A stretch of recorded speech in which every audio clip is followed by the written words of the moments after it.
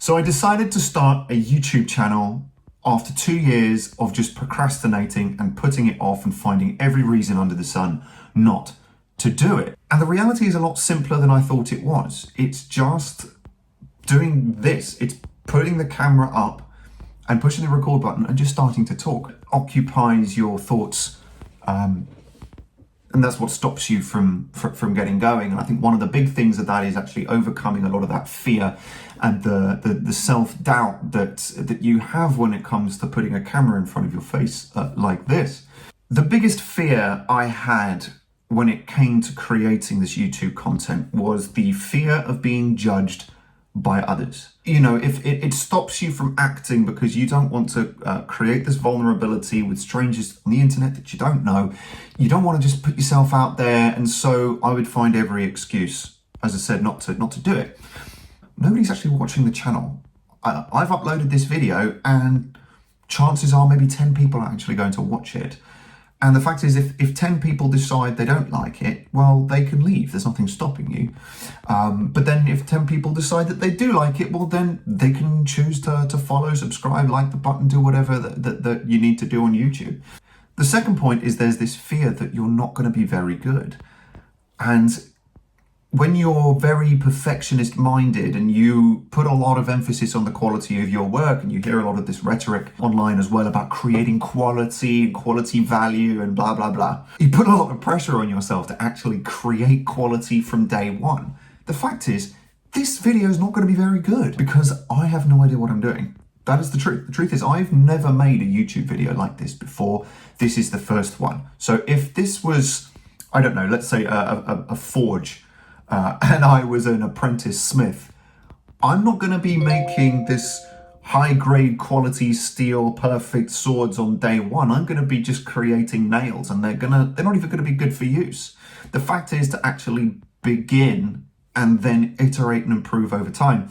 And I think the sooner that I get that into my mind and just start, the sooner I can actually iterate and begin to create quality work. The second big thing that stopped me from actually creating this video in the first place was overwhelm. There's so much stuff to think about when it comes to creating a YouTube video, especially when you're comparing yourself to these creators who have an amazing setup. They have a great camera, great lighting. There's the background, the editing.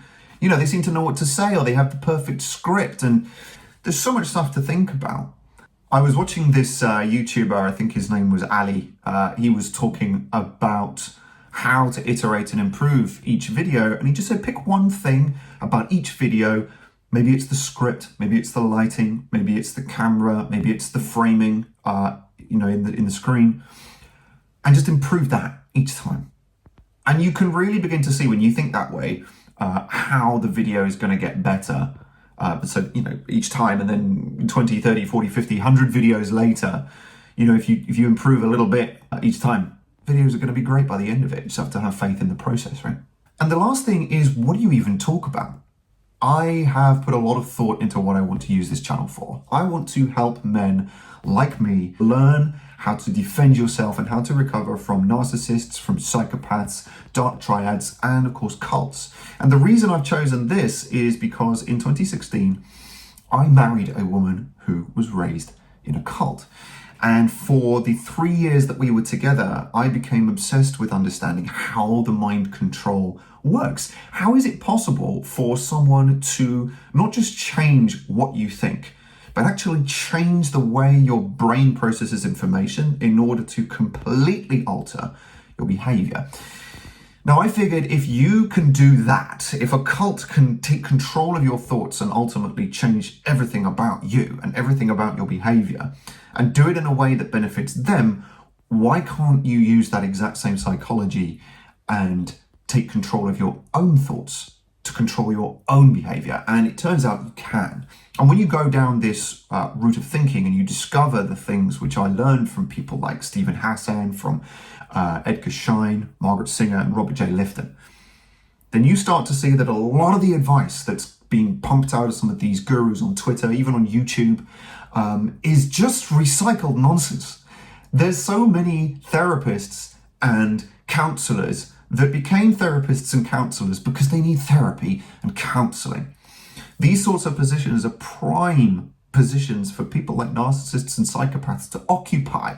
So it's not worth just blindly trusting some of these things, and I'm hoping to get that message across on this channel. So for now, I finally made my first YouTube video. I'm aware that it sucks. I'm going to improve each one as it goes.